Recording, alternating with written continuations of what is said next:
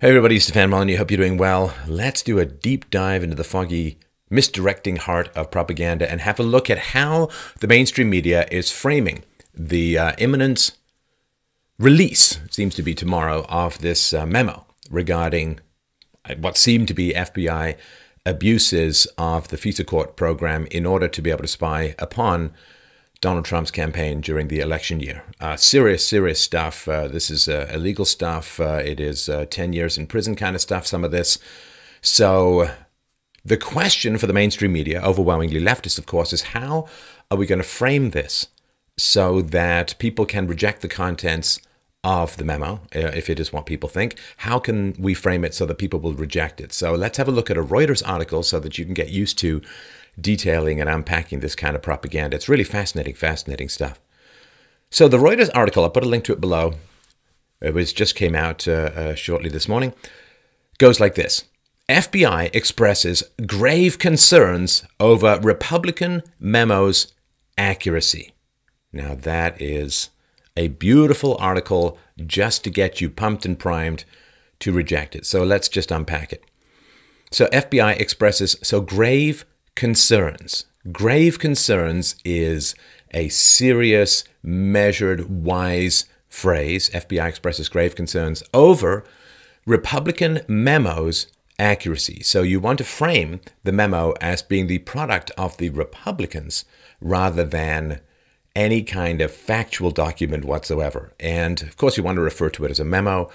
If made up stuff, which is paid for by an ex-British spy from shady Russian operatives who are selling fantasy for money, that Russiagate, that's a dossier. See, dossier sounds really serious and spy-like and important and verified, whereas a memo, well, it's just something that people wrote down. And so FBI, first of all, you put FBI at the front because people on the left have been using, of course, the FBI as a way of validating the claims against Donald Trump that are made, the Russia collusion stuff and all of that. A lot of this information, of course, came from the FBI. And so the FBI on the left has been elevated as part of the general wrecking ball being used against the Trump presidency. So the FBI has massive, sudden, astonishing levels of credibility with the left. So you start with FBI, expresses, which means they're just saying, the people I'm just saying, grave concerns over Republican memo's accuracy, right? So that's a fascinating way because you want to sow the doubt, you want to elevate the FBI, you want to use the wise phrase grave concerns, and you want to make sure that the memo is firmly implanted in the Republican side of things so that people can dismiss it in a partisan way. So, Washington Reuters, the FBI said on Wednesday it had grave concerns about the accuracy of a top secret House Intelligence Committee memo. Okay, so we do the grave concerns thing, a top secret House Intelligence Committee memo. So you want to say that it's top secret because that way you're framing it so that if it's released, then you can say, well, it was top secret, so releasing it violates classified information. Remember how upset the Republicans were about Hillary doing her thing with the classified information on her own server? It's top secret, which means it shouldn't be released, right? So if it is released, you can say, well, it violates secrecy laws or secrecy protocols. If it's not released, you can say, well, it was top secret. So again, you want to say top secret here just to frame it all. House Intelligence Committee memo alleging anti-Trump bias within the Justice Department. Alleging anti-Trump bias within the Justice Department. Now, that's a fascinating way to put it. If the contents of this memo are what is expected, what has been talked about, then enormously serious crimes have been committed by people in the FBI and potentially, of course, people in the Justice Department. And we're talking like 10 years in prison stuff because they have used unverified information and possibly falsified FISA court applications in order to be able to wiretap a presidential campaign during an election year. That is astonishing stuff, breaking the vestige of the Republic, third world banana republic style corruption. But you see, it's just anti-Trump bias, right? Anti-Trump bias within the Justice Department. That is not, of course, anywhere close to the content of what seems to be the case in the document. So again, totally downplaying it. And of course, none of this makes any sense, right? So if it's just anti-Trump bias, well, you're allowed to have anti-Trump bias in the Justice Department, of course. Of course, that's freedom of speech, that's freedom of conscience. You're allowed to support whatever political party that you want. So anti-Trump bias is perfectly legal in the Justice Department. And so if the memo is only alleging anti-Trump bias within the Justice Department, then how on earth can it be top secret? And how on earth can the FBI have grave concerns over alleged anti-Trump bias within the Justice Department? None of it makes no sense whatsoever, but it's just designed to plant particular perimeter mines around any encroachment of the explosive information that doubtless is going to be contained in this memo when it's released tomorrow. And so they challenged President Donald Trump's pledge to release it. Now that is astonishing. Again, we're just in the first 30 or 40 words of the article, and none of it makes any kind of sense. But it will make sense. I'll sort of say why in a few minutes. And then they say, but a few hours after the rare public rebuke by the top U.S. law enforcement agency, a Trump administration official said the memo was likely to be released on Thursday. Now, this is amazing. So they have grave concerns. It's top secret. It's only about anti-Trump bias. It's nothing serious. They're challenging President Donald Trump's pledge to release it. And then they say, but a few hours after the rare public rebuke, rare public rebuke by the top U.S. law enforcement agency. Ooh, they're really, really pumping up the credentials here. It's rare for them to say anything. They must be really upset. It must be really bad what Donald Trump is planning on doing. By the top U.S. law enforcement agency. Boom. Boom. A Trump administration official said the memo is likely to be released on Thursday. So even though the FBI is saying, don't release it, it's problematic, it's inaccurate, it's top secret, we have grave concerns, but the crazy people in the Trump, they're not listening. They're just going to release it anyway. This is terrible. And again, what have we seen here in the article so far? We have only seen the FBI's view. The FBI's view is all that is seen. Now, just in case you have any doubt about that, what's the next thing in the article? It's an FBI statement. So the FBI said this. The FBI was provided a limited opportunity to review this memo the day before the committee voted to release it. As expressed during our initial review, we have grave concerns about material omissions of facts that fundamentally impact the memo's accuracy. Interesting. So they're only providing the FBI's view after pumping it up as the top U.S. law enforcement agency, producing a rare public rebuke. It's very rare. And material omissions of fact that fundamentally impact the memo's accuracy. So they're not saying the memo is wrong, right? Every memo is going to have omissions of fact. Of course. I mean, when you're dealing with two entire agencies, both of which, of course, report to the president, there's, of course, going to be omissions of fact that fundamentally impact the memo's accuracy. I don't know what that means, to fundamentally impact the memo's accuracy. It's a kind of meaningless thing. They're not saying it's wrong. They're not saying it's false. They're not saying the information is inaccurate. They're just saying there's omissions of fact that fundamentally impact the memo's accuracy. It's a lot of weasel words there. I don't really know what any of that means. And of course, that's the point, right? So then they go on to say, the article goes on to say, the FBI declined to say if Director Christopher Wray, who viewed the memo during the weekend, approved the statement. Trump named Wray to head the Federal Bureau of Investigation after firing Director James Comey last May.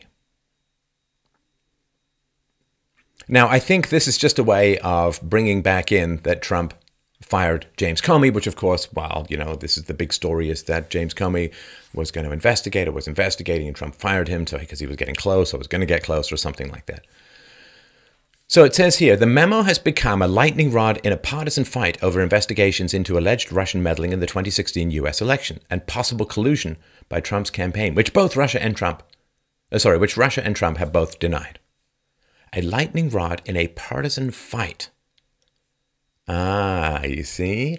No facts. It's just a partisan fight. It's bickering. It's he said, she said. It's the Bickertons on steroids. It's a lightning rod in a partisan fight. Is it true? Is it false? What are the actual alleged contents of the memo? You could be detailing those, but you don't. You're just saying, well, you know, people are just grabbing at it in a partisan fight, which again, it's saying that it is a weapon for Republicans to use to get out of being investigated about possible Trump-Russia collusions, right? You're just making it subjective. You're making it emotional. No facts here. They're going to say, Justice Department officials have also said releasing the memo could jeopardize classified information. Yes, I remember how upset the Justice Department was about jeopardizing classified information when dozens of classified documents were found on Uma Abedin's computer. I remember them being very upset when Hillary Clinton had many highest level, sometimes security violation documents on her homebrewed email server. I remember them really being upset about that and, well, letting her off completely, fundamentally, which seems to have been a foregone conclusion after the FBI said she wasn't going to be prosecuted, which is not really their job anyway. So, and also, Justice Department officials, this is sort of on the hazy edge of what I know, so I'm just throwing it out there as a possibility. I don't know that Justice Department officials have a lot of really high security clearance. So how would they know whether or not classified information could be jeopardized if they don't have a huge amount of security clearance? I mean, it's the Justice Department. I don't know why they would need a huge amount of security clearance. Maybe they do. It just seems kind of odd to me. So Representative Stefan Molyneux, the Intelligence Committee's Republican chairman, who commissioned the document, dismissed the FBI and Justice Department objections to its release as spurious in a statement on Wednesday. So he dismissed. Now, dismissed is one of these words that you have legitimate complaints, but you're just being dismissed. And it's a way of positioning, of course, FBI and Justice Department as superior and Nunes as inferior, and he's just dismissing it. That dismissed is a very, very important word when it comes to setting up a hierarchy. And then goes on to say, although White House Press Secretary Sarah Sanders said on Wednesday that Trump had not yet read the document, the president told lawmakers after his State of the Union address to Congress on Tuesday night that there was a 100% chance the memo would be released. Right. And so? And so, what does it mean? But what they're saying, of course, is that Trump hasn't even read it, but he's going to release it. And so he's committed to, unlike Obama, who committed to transparency and then didn't really pursue that very much, he's going to release it. So, again, it just makes Trump look, reckless. Well, he hasn't even read it, but he's going to release it and so on. And again, it's just trying to frame it and trying to make sure that people are primed to reject it. Goes on to say, a White House official said the 4-page document was delivered to the White House on Monday after the Republican-dominated committee voted to release it. Ooh, you see? You've got to say Republican-dominated committee voted to release it so that you're priming people to be negative towards it because it's Republican, you see. Administration lawyers were working against the Friday deadline to determine if any of it should be redacted to protect national security, the official said. Late on Wednesday, Representative Adam Schiff, the Intelligence Committee's ranking Democrat, said he had discovered Nunes had sent a version of the Republican memo to the White House that was materially altered and thus was not what was approved for release by the committee's vote. Well, all right. I mean, what that means, I don't know. A spokesman for Nunes called it an increasingly strange attempt to thwart publication and described the changes as minor, including 2 edits requested by the FBI and committee Democrats. That's very interesting, right?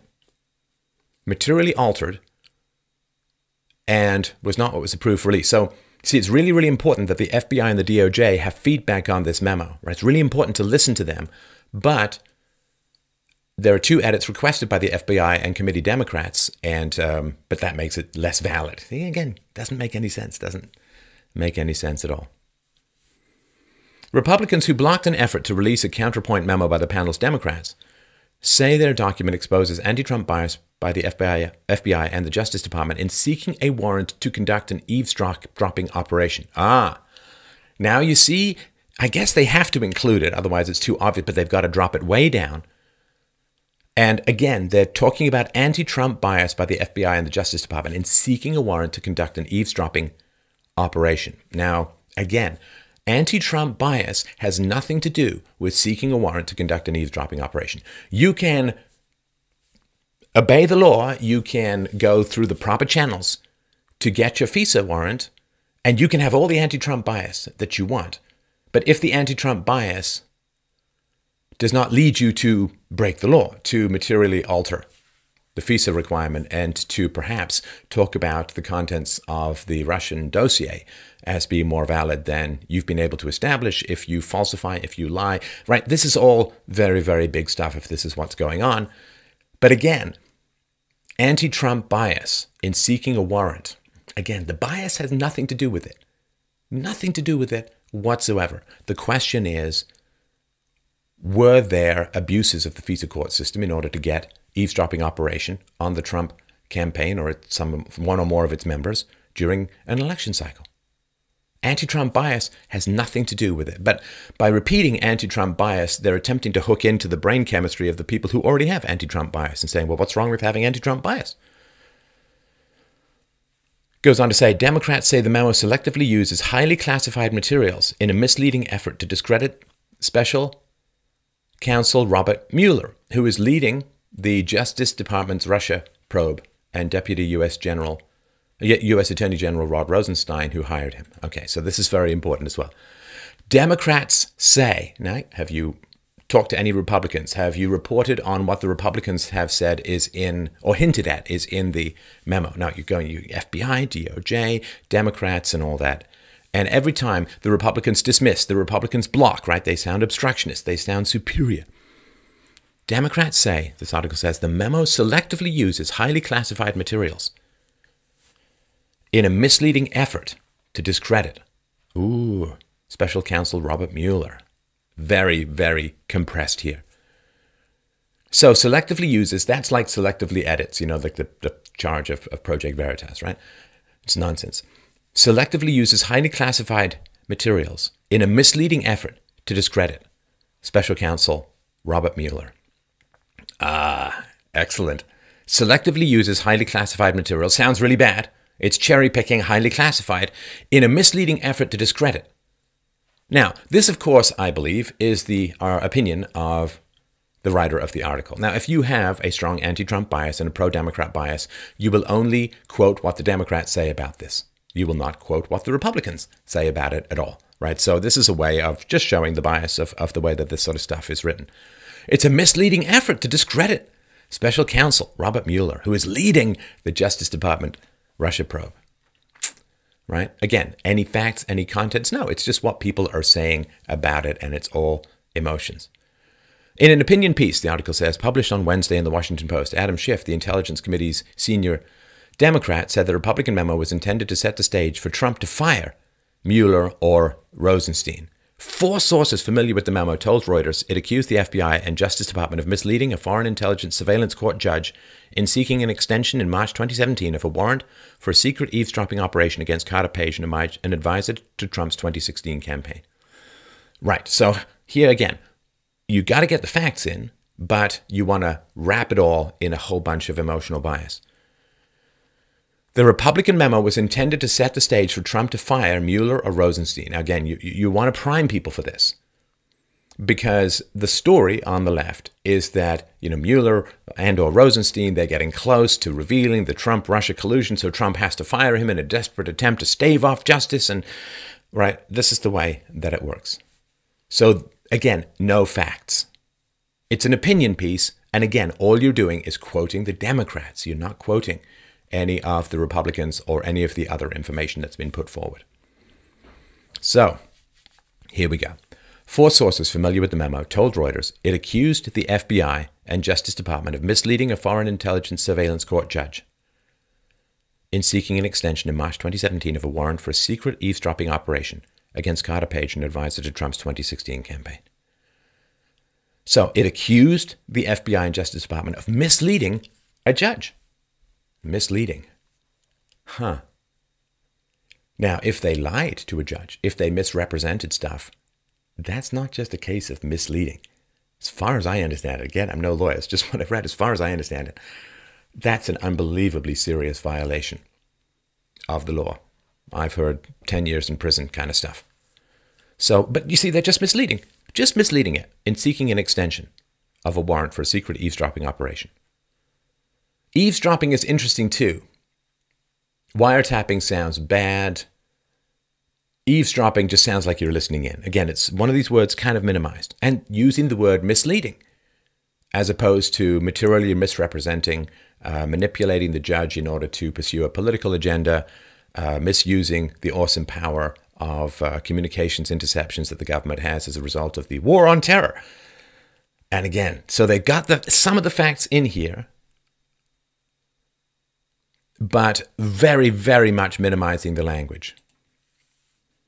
The article says, testifying in November before the House of Representatives Intelligence Committee, Page said he met with Russian government officials during a July 2016 trip he took to Moscow while he was a foreign policy advisor to Trump's campaign. He said he made the benign visit as a private citizen according to the interview transcript. The memo contends that the FBI and Justice failed to tell the judge that the request was based on a dossier compiled by a former British spy hired by a research firm partially financed by the Democratic National Committee and Democrat Hillary Clinton's presidential campaign, the sources said. Just failed to tell the judge. Materially withheld information that might interfere with the extension of the wiretapping warrant. Failed to tell the judge the request was based... So, I mean, you know all about this stuff. They paid for a bunch of Oppo research that was unverified. And that's important. Right? So failing to tell the judge that this is unverified Oppo research means that you want to get the wiretapping for political advantage. It's a corruption of just about every idea behind information and intelligence gathering, and certainly corruption.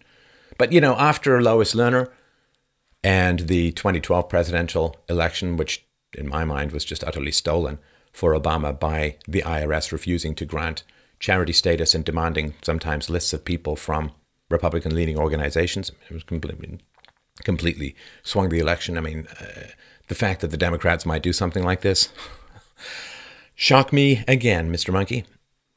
So this goes on to say, the sources said the memo was misleading because all the dossier excerpts used in the application had been confirmed by U.S. or allied intelligence and law enforcement agencies. Moreover, said the sources, the application was based largely on material collected and verified by U.S. intelligence.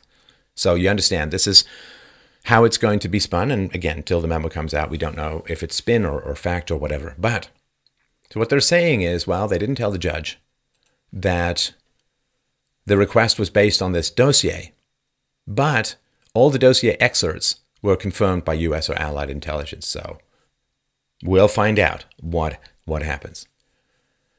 Under the Foreign Intelligence Surveillance Act, the government must report to the court every 90 days to show that a warrant was producing valuable foreign intelligence information to justify continuing an overseas eavesdropping operation on an American citizen. So I think we can see how this is going to go, and it's fascinating stuff. It's fascinating stuff. If you're on the Democrat side of things, then all of this seems entirely reasonable. The FBI and the Justice Department are honorable, and they may not have told the judge where some of this information came from, but the information had been independently verified. Now, my knowledge of the matter is that the dossier has not been verified. And if everything was independently verified, I'd like to see the data on that, because that's not my understanding. So I hope that this helps you sort of understand just how the language works. It's important to read this stuff because when you're talking to people, when you're trying to convince people about what's going on with the memo, it is important to know how they've been primed to view it.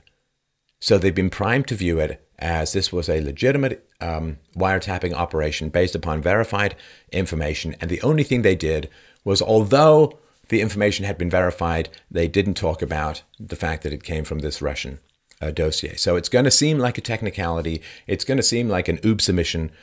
And this is how it's going to be spun. And then, of course, they say, well, if there's a big blow up about this memo that comes out, it's all a kabuki theater. It's all an act. It's all nonsense. And it's just designed to give Trump the excuse to fire Mueller and or Rosenstein or anything like that, and just as a way of avoiding them closing the net in on this Russia collusion stuff. So this is where a lot of people are coming from, and this is the kind of stuff that's going out in the mainstream media. I think it's really, really important to know. If you want to talk to people, outside the echo chamber, which I hope you do, about this stuff, it's important to know where it's coming from and what's going on. So I hope this helps.